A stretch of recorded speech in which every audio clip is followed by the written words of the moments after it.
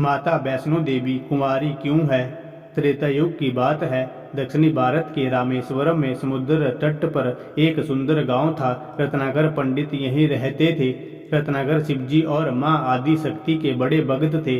गांव शहर में रत्नाकर का मान तो बहुत था, पर कोई संतान ना थी। रत्नाकर की पत्नी हमेशा माँ आदिशक्ति से संतान की गुहार लगाती रहती थी। उन्होंने लगातार कई वर्षों तक माँ की पूजा अर्चना की। कई सालों से संतानहीन रत्नाकर की पत्नी की प्रार्थना एक दिन माँ ने सुन ली। वह गर्भवती हुई तो एक रात रत्नाकर के सपने में एक बालिका ने आकर कहा, मैं तुम्हारे घर आ रही हूँ, पर एक शर्त पर। मैं जो कुछ करना चाहूँ रोकोगे नहीं। पुजारी और सिद्ध पंडित रत्नाकर को यह आभास हो गया कि माँ आदिशक्ति के सत्य, रज और तम को दिखाने वाले तीन रूप महासरस्वती, महालक्ष्मी और दुर्गा ने मिलकर ही इस कन्या का रूप लिया है। नियमित समय पर इस दिव्य कन्या का जन्म हुआ। रत्नाकर को यह भी पता चल गया था कि यह कन्या माँ आदिशक्ति ने धर्म की रक्षा के लिए ही प्रकट की है। रत्नाकर उसी भाव से कन्या का पालन करने लगे। तीनों माँ शक्तियों के मिलन के उस स्वरूप को उन्होंने त्रिकुटा का नाम दिया।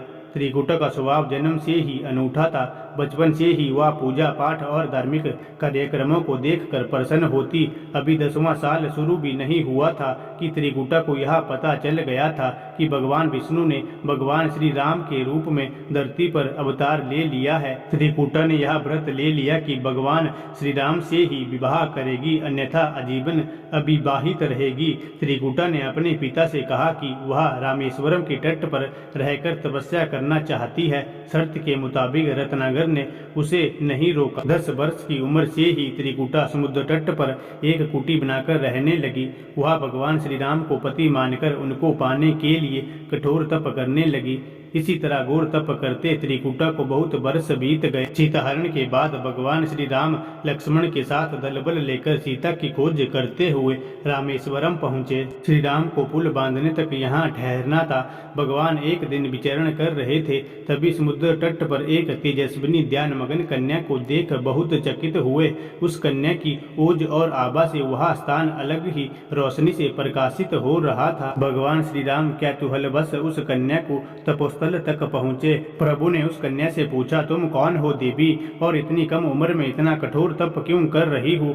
ऐसी क्या अभिलाषा है जिसके लिए ऐसा घोर तप करने को विवश हो? कन्या ने भगवान को विनय पूर्वक प्रणाम करके अपना परिचय पंडित रत्नाकर की पुत्री त्रिकुटा के रूप में दिया।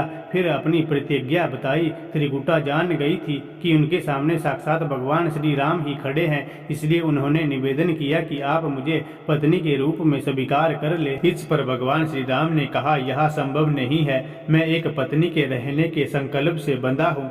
अपनी पत्नी के अपहर्ता को दंड देने के लिए यहाँ तक सेना सहित आया हूँ। त्रिकुटा को यह सुनकर आघात पहुँचा। उन्होंने अपने कठोर तप का वास्ता दिया और भगवान से विवाह करने की पुनः याचना की। त्रिकुटा ने कहा, प्रभु, क्या मेरा यह तप व्यर्थ गया? मेरे तप से वह शक्ति नहीं है कि मैं आपको प्राप्त कर सकूं। मेरा तप अभी कम है तो मैं इसे और कठोर करूंगी और तब तक जारी रखूंगी जब तक मेरी अभिलाषा पूरी नहीं हो जाती। त्रिकुटा को इस बात से बड़ी प्रसन्नता हुई कि उनका तप सफल है। भगवान ने उन्हें वरण का एक आश्वासन दिया है।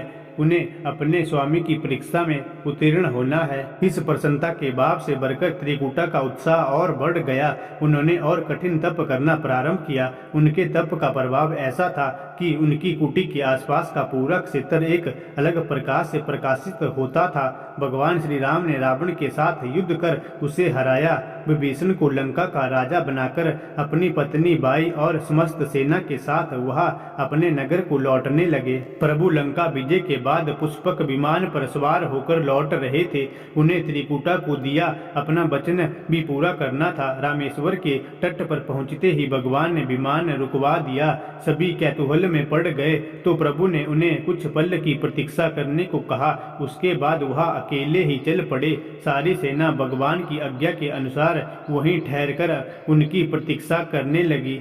श्री राम ने एक अत्यंत बूढ़े ब्राह्मण का वेश बनाया और देवी त्रिकुटा के पास पहुँचे। प्रभु उनके पास कुछ पल रुके, पर त्रिकुटा उन्हें पहचान ही ना सकी। भगवान ने उन्हें अवसर दिया, पर उनकी लीला को देवी त्रिकुटा बांप ना पाई।